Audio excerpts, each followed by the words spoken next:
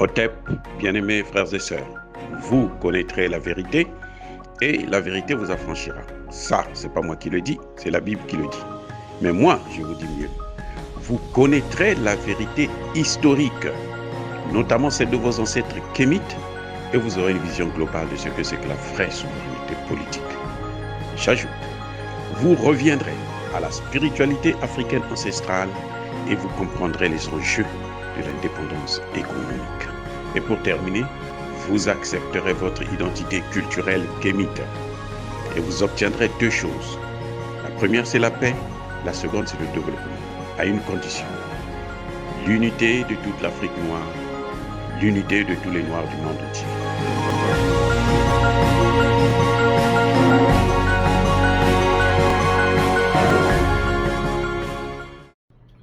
Otep à tous, bien-aimés frères et sœurs. Le président Bassirou Diomaye Faye en Gambie. C'est son frère gambien. Je vous donne cette information afin que vous puissiez comprendre un peu la différence entre le déplacement de Bassirou en Gambie et celui de Bassirou en Mauritanie. Pour que vous puissiez comprendre ce qui nous attend. Oui, ce qui nous attend. Alors, Bassirou part en Gambie. L'objectif du voyage est clair. Approfondissement des liens commerciaux, sécuritaires et culturels. Est-ce qu'il y a quelque chose d'autre à voir là, à dire là? Rien. Parce que c'est clair. Et c'est louable. C'est tout à fait normal. C'est très bien. Il faut approfondir les relations. La Gambie est pratiquement dans le Sénégal. Oui. Alors, la différence avec la Mauritanie. La Mauritanie, Bassirou est allé rencontrer des chefs religieux.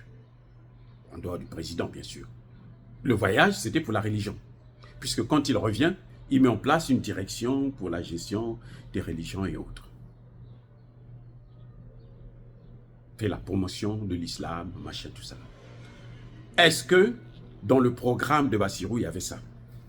Est-ce que les jeunes Sénégalais ont demandé ça? Est-ce que la foi des Sénégalais, là, ils ont attendu Bassirou pour l'avoir? C'est-à-dire qu'il faudrait qu'on puisse se comprendre. Les Sénégalais n'ont pas commencé à prier depuis que Bassirou est président. Ils ont commencé à prier depuis des siècles. C'est un pays où plus de 90% de la population est musulmane. Ils connaissent bien la religion là. Ils n'ont rien à prendre de Bassirou qui, peut-être même, ne respecte pas toutes les règles. Ça veut dire quoi? Ça veut dire qu'en Mauritanie, il était parti pour avoir des instructions. Il n'est pas parti pour un voyage normal, présidentiel normal, non. En ce moment, en ce net moment, l'OTAN est en perte de vitesse en Afrique et notamment dans le Sahel où ils ont perdu. Vous savez, les Américains ont décidé là qu'ils vont partir. Ils ont tenté de négocier pour se maintenir. Ce n'est pas possible, ça n'a pas marché. Et le général Tchani était ferme. Maintenant, ils sont obligés de partir et ils ont accepté de partir. Mais ils partent pas sans rancœur. Ils partent pour revenir faire la guerre. Pour faire la guerre, il faut être au Sahel. Il faut être dans le Sahel. Je vais vous dire une chose que beaucoup parmi vous ne connaissent pas. Le Sahel, dans la tête des Occidentaux, ça commence au Sénégal jusqu'au Soudan. Je répète, je reviens. Le Sahel, là, ça commence au Sénégal jusqu'au Soudan. Tout ça, c'est ce qu'on appelait le Sahel. Le vrai Sahel, c'est ça. Maintenant, pour être toujours crédible dans le Sahel, il faut encercler les 3 pays réfractaires, le Mali, le Burkina Faso et le Niger. Le Mali a une grande frontière avec le Sénégal, avec l'Algérie et avec la Mauritanie. D'où le choix de la Mauritanie. C'est pour ça qu'en ce moment, ils sont en train de négocier avec l'Algérie pour que l'Algérie puisse recevoir une base militaire occidentale. Au moment où nous parlons, là, il y a une délégation de l'OTAN qui est en Algérie. L'OTAN, là, il faut bien savoir, ça veut dire quoi? Organisation de l'Atlantique Nord. Donc ça part de l'Europe, là, jusqu'aux États-Unis. Ça ne vient pas dans le sud. Parce que nous sommes dans l'Atlantique Sud. Qu'est-ce qu'ils viennent faire en Algérie?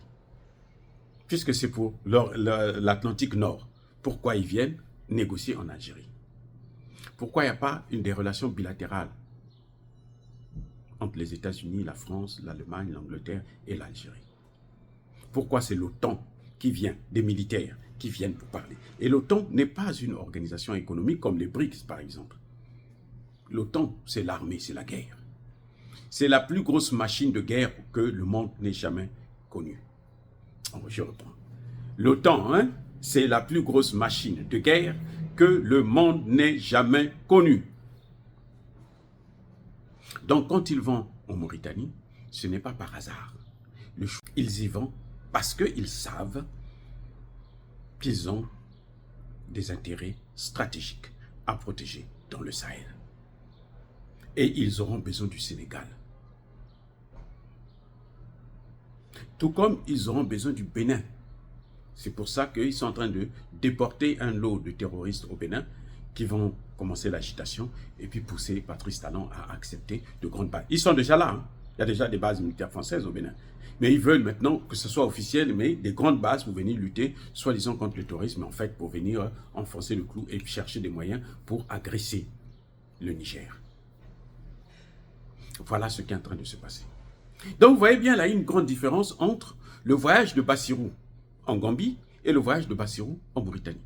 En Mauritanie, c'est un voyage géostratégique. Là, il se soumet à ses maîtres. Il est parti pour prendre des instructions pour la politique qu'il va mener et comment il va orienter cette politique. En Gambie, c'est un voyage présidentiel normal, traditionnel, et qui est très important d'ailleurs, parce que les objectifs sont clairs. Alors que en Mauritanie, les objectifs ne sont pas clairs. Ça n'a rien à voir avec la religion. Oubliez ça.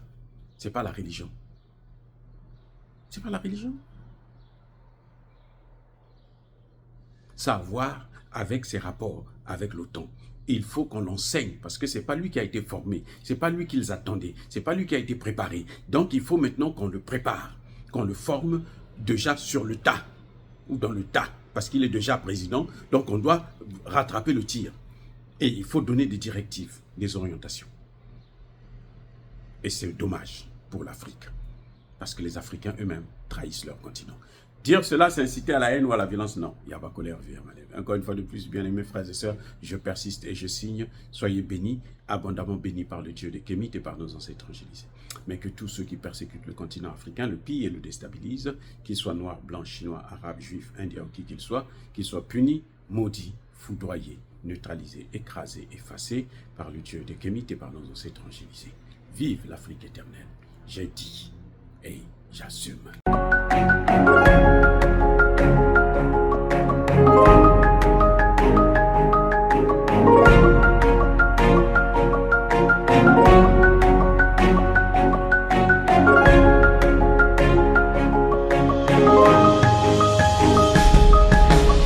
Eux, ils marchent par la foi et non par la vue. Mais moi, je vous conseille vivement de marcher par la connaissance scientifique et historique, notamment celle de nos ancêtres kémites, par les 5 sens et par l'intelligence. Otep, vive l'Afrique éternelle et que Dieu vous bénisse. Abou Abia.